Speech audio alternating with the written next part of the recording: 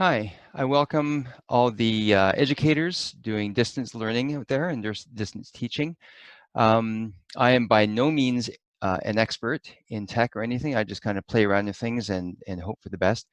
And just like to give out some kudos, first of all, some appreciation to Dr. Peter Liljedahl for building thinking classrooms and the way he was able to introduce me to that great technique of helping kids think and learn and grow in their math instruction.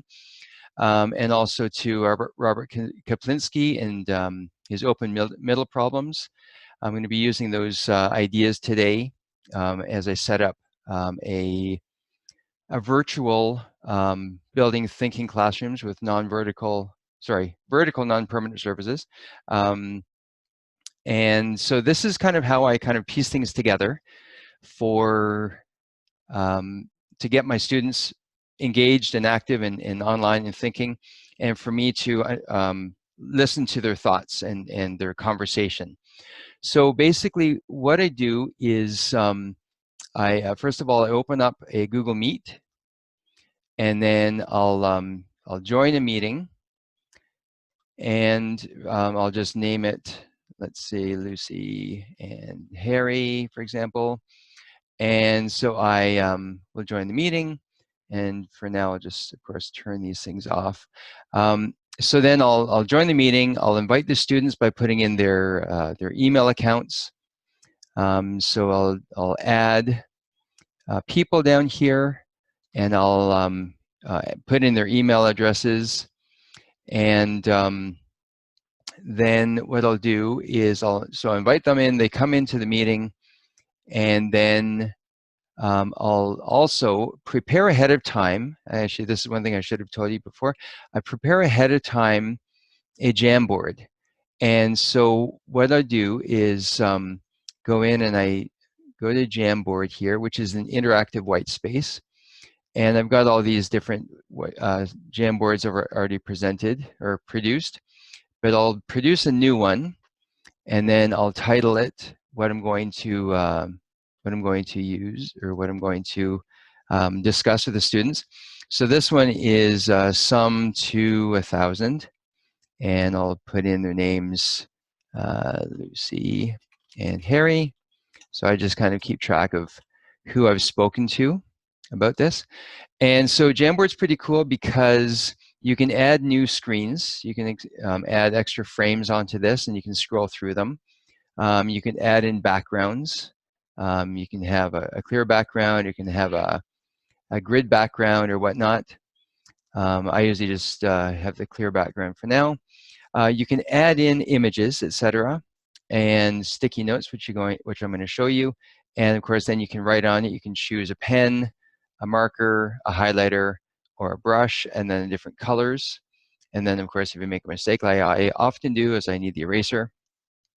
And here's the select tool right here. And there's also a laser for a highlight tool that you can use. So what I do is I go ahead of time, and I'll choose some open middle problems, depending on what I'm trying to instruct the students with. And just to start their thinking, I am a high school math teacher, but just to kind of get to know Jamboard and the whole process, I'll use like a simpler problem from open middle, and I'll kind of show, I don't know, I'll select something like this. And then what I'll do is I'll take these images, and then I'll put them into a document I've prepared ahead of time. So I'll copy and paste these images. Okay, so I'll copy and paste these, and then I'll put those into the Jamboard. And so then I'll paste it in here. And then what I can do is I can enlarge this to give the kids a target. And I'll also put in the instructions here, which I saw before.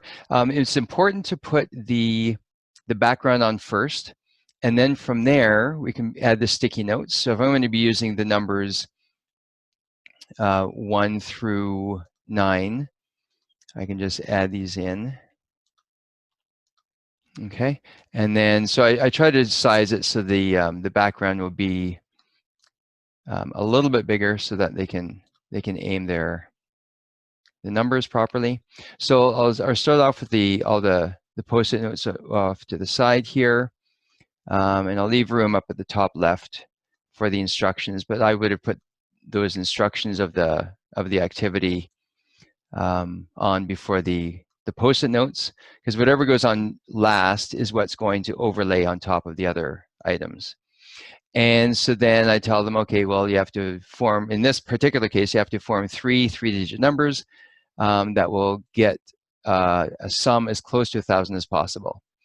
And then so once I've created this and I've invited the kids, I'll then share it.